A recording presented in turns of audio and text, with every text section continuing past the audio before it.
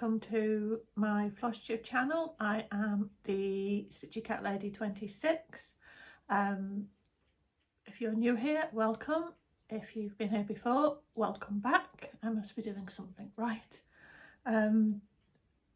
So today I have one whip, a start and finish, although I don't actually have it here, so I'll just pop a photo in of the finish, and I have an actual finish. I also have some haul and some plans. Okay, so let's start with the whip. The only whip I have is Sleepy Hollow by Glendon Place.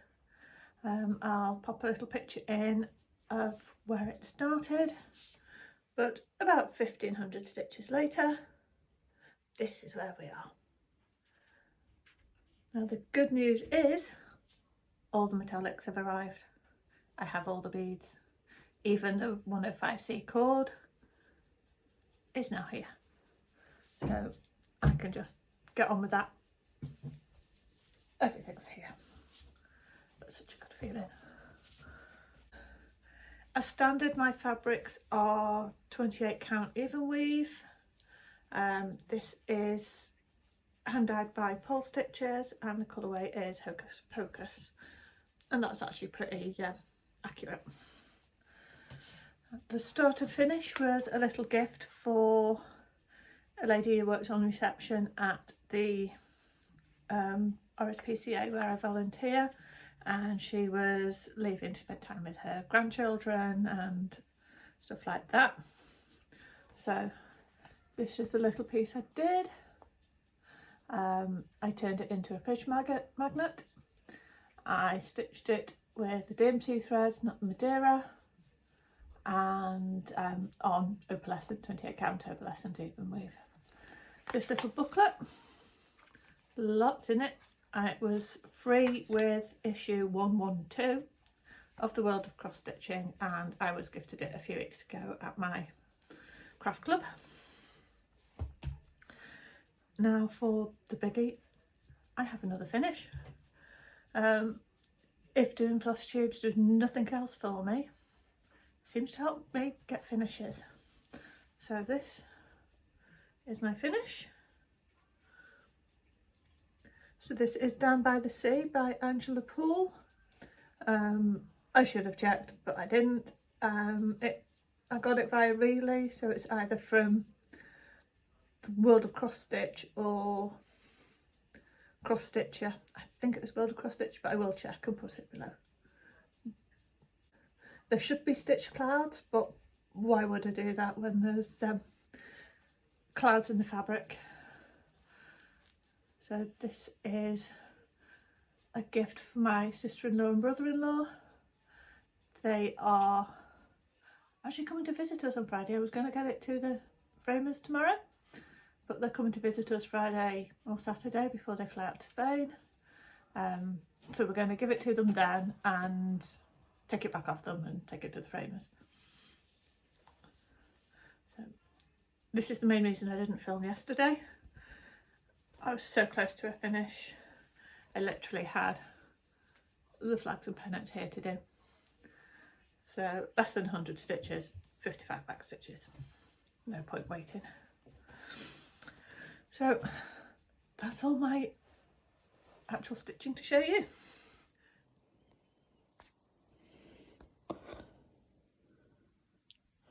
Where do you want to go next? Let's do some new Flosstubers. I'm going to start with Stitchy Lunker. Now, I didn't find her particularly through my Flosstube #1 search. I was told about her. I was told about her by Bread Mama Stitcher. She hadn't had the best start. She'd had far too many dislikes on her first video, more dislikes than likes. They were still in low numbers. So myself and the coven thought we'd just go and have a look and give her a boost. She's actually now part of the coven. She's German. She's got a very dry sense of humour. We think that was actually probably the the issue where she was getting the dislikes, but you just got to take it with tongue in cheek, take it with a pinch of salt and just enjoy. At the time she made her first video, she'd been cross stitching for an entire 8 weeks, and she's just done some lovely stuff already, so you know, go give her a look. Also new to the coven, and this was a Flosstube number 1, but again came through the coven, is Sew Glover Creations. That's SEW Glover Creations. Now Stephanie, she's a multi-crafter, quilting, cross stitching. She does only have 1 video up as yet, but and no whips. First time I've seen a YouTuber with no whips. But you know, we can't all be the same, can we? Coming a little more local to where I live in the northwest of England, we have Lilac Cottage Crafts by Michelle. She is another multi-crafter and she's based in Wigan.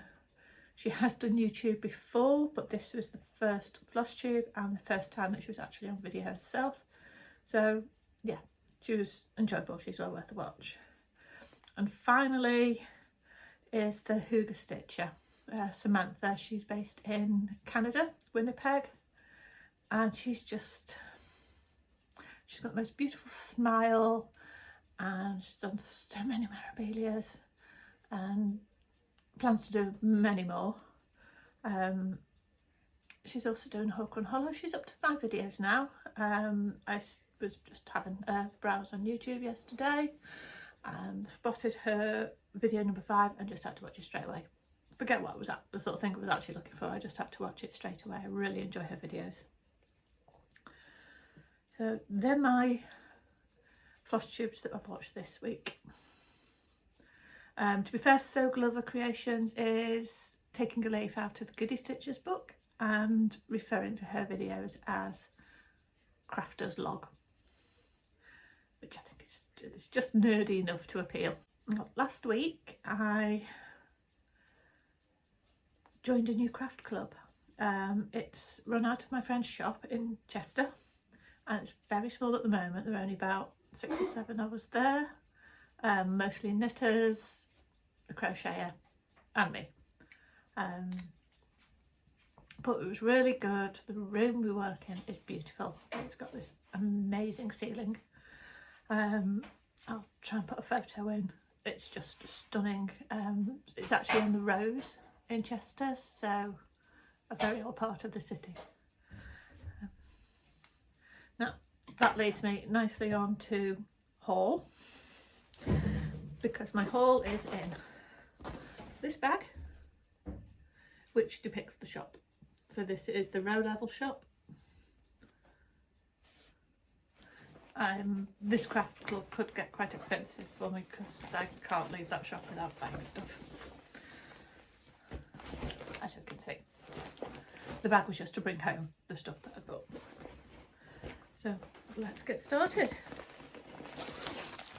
So first up we have, from Poole Stitches, Bella Filipina's Crystal Mermaid Aquabella and Atlantis Fabric Identity Counter Stitcher on.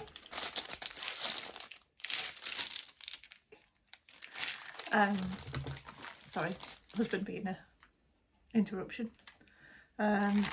She's going to take a lot of beads, she's going to take a lot of stitching, but she's beautiful. Okay, let's continue. So, also in haul this last couple of weeks I've had from Lakeside Needlecraft, Bothy Threads, Enchanted Dragon Castle. Now this is mostly done in black thread, but there are some silver and gold metallic, and the design on the back is actually printed on the fabric. So that could be interesting to stitch. It's like Christmas.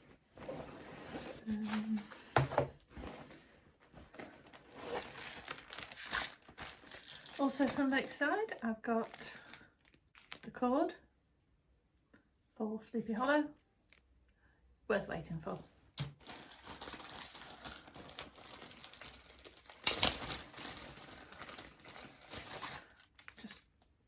something to make up the order a bit. Little Christmas decoration. So again, lots of beads.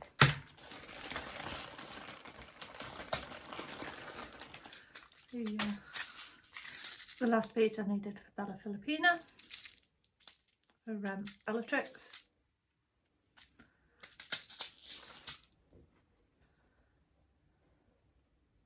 Right, that's the cord. That was the substitute. They really are very similar. I'm sure I'll use it. Now, this, as you've seen, that beautiful turquoise paper. With the little lollipop and the tea bag. I never get to eat the lollipop. My husband always eats them. And sadly I don't drink tea, but come in useful for when I'm tea dyeing. Now, there were actually 2 boxes in this, because I actually managed to score 3 needle minders this last time. So we've got 2 in here. The third one I've actually given to my mum to pass on to my sister or keep, and to give me back for Christmas or birthday. So I've got a dragon and a manta ray.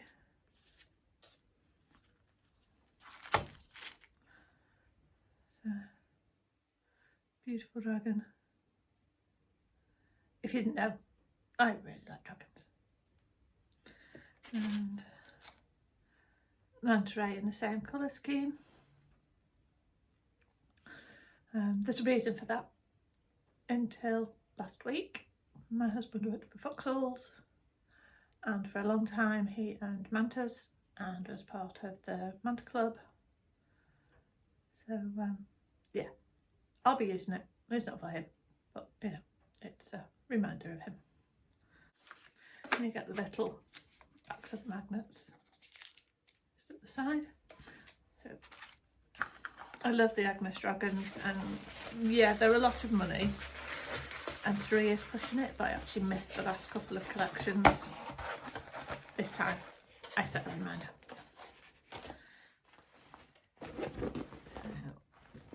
And just coming today, we have Fabric of the Month, a Year of Fabric Club pastels from Jodyri Designs. So it's coming over a little bit more yellow. It's a deeper peach than that, and that's called Thanksgiving. So I'm assuming it's supposed to be based on pumpkins, pumpkin pie, that sort of thing. And the 10 thread club that I'm in. So I get 10 threads, hand-dyed threads each month. I'm actually getting back around to where I started. I started getting these at number 81. Went up to 250 and we're now back around to the 20s. So I think once I get back to number 80, I'll stop getting these and then just top up as I use them. But they are beautiful threads. And also today from Lakeside, this lovely little bag. So in January, I believe January the 1st, but don't quote me on that. Lakeside are doing a new stitch along called Crystallise. The first part basically looks like a slab of semi-precious stone in blues, so I'm assuming it's going to use these. And I have a few semi-precious stones, just a very small collection, and I just think they're beautiful, so I had to do it. So I've ordered the so the chocolate comes PDFs. I think it's one every 3 or 4 weeks, so that runs until August in 12 parts. And I ordered the floss pack. There's a pretty much a 95% chance I have all of these, but sometimes it's just easier just to order the floss pack. the fabric would have just been white. I've got lots of fabrics to choose from. If I decide to go with white, I've got a couple of options. So I just got the threads. So that is it for haul. I look forward to using all of those at some point in the next 20 years. So plans, there is a new free stitch along coming out on Lakeside tonight. I believe it's Christmas based. I need to have a look at it before I decide I'm going to go for it. It's free, and you know, part of me saying you may as well do it, but I want to see what it's like first. I'm not too much into the really cutesy designs, so I want to have a look at it first. I also need to start stitching on my sister's birthday present. I've been told she doesn't watch the videos, but I'm not going to shout just in case. She does know vaguely what she's getting because she asked for it, but she doesn't know the specifics. But it's nerdy, and it's Star Wars, and it's on black fabric, so draw your own conclusions. Now, in her last video, Flosstube number 5, Stitchy Lonka, I said she's doing a Advent start along, a nerdy Advent start along. I will find the hashtag and put it below or here or wherever. So I think I'm actually going to start that as part of her stitch along. So that's a new start every Sunday in Advent. I'm not planning on doing every Sunday. I've already missed the first one. So I'm just going to do a couple. Because I've got the finish, I can have a new start. That's my rules. So, and I'm sticking to it.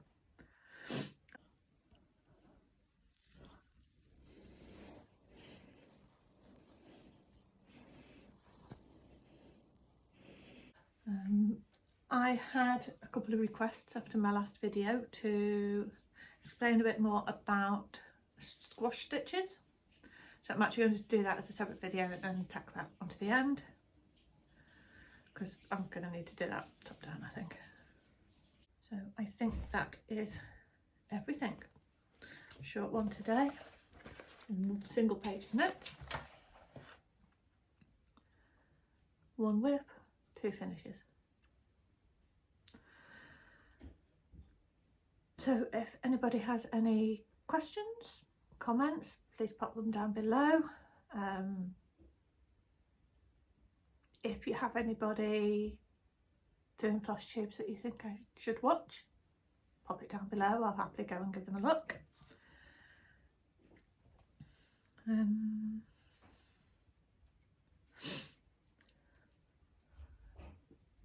no visitations from the cats today.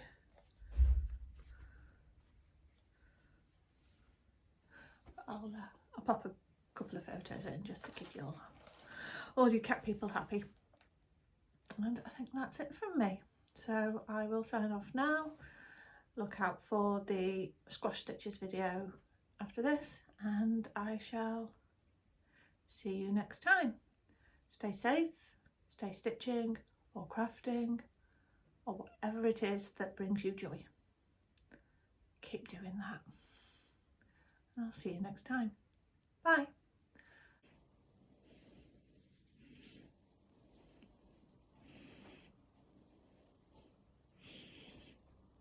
So this is my explanation, demonstration, tutorial, whatever you want to call it, of squashed cross stitch.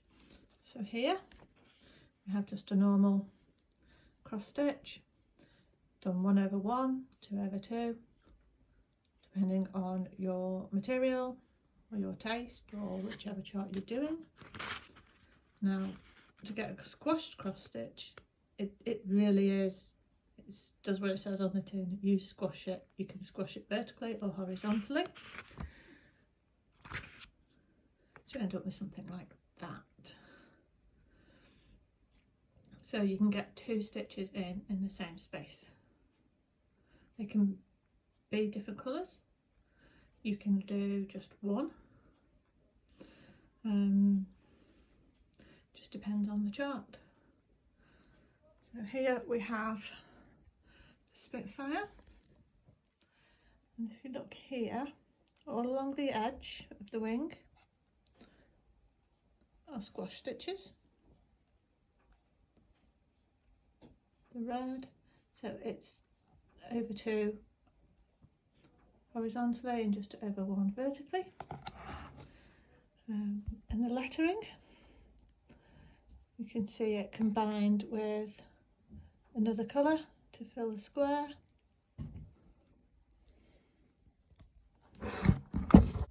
On the crest, either side of the sword blade, the squash stitches. So the sword blade is actually done down the central line between 2 stitches. The squash stitches either side. The border is entirely squash stitches and back stitch. So over 2 from here, it's over 2 vertically but only 1 horizontally, and vice versa here. It really does make for finer lines and better blending. Now, I've also used them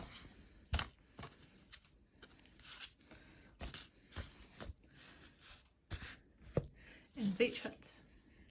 So the most obvious place is on the spade handle.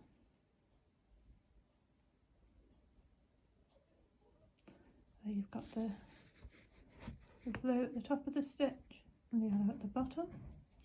I've also used them just in general places, particularly in the flags and the banners.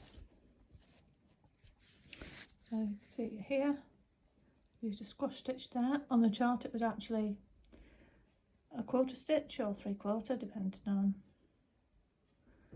again, how you work it.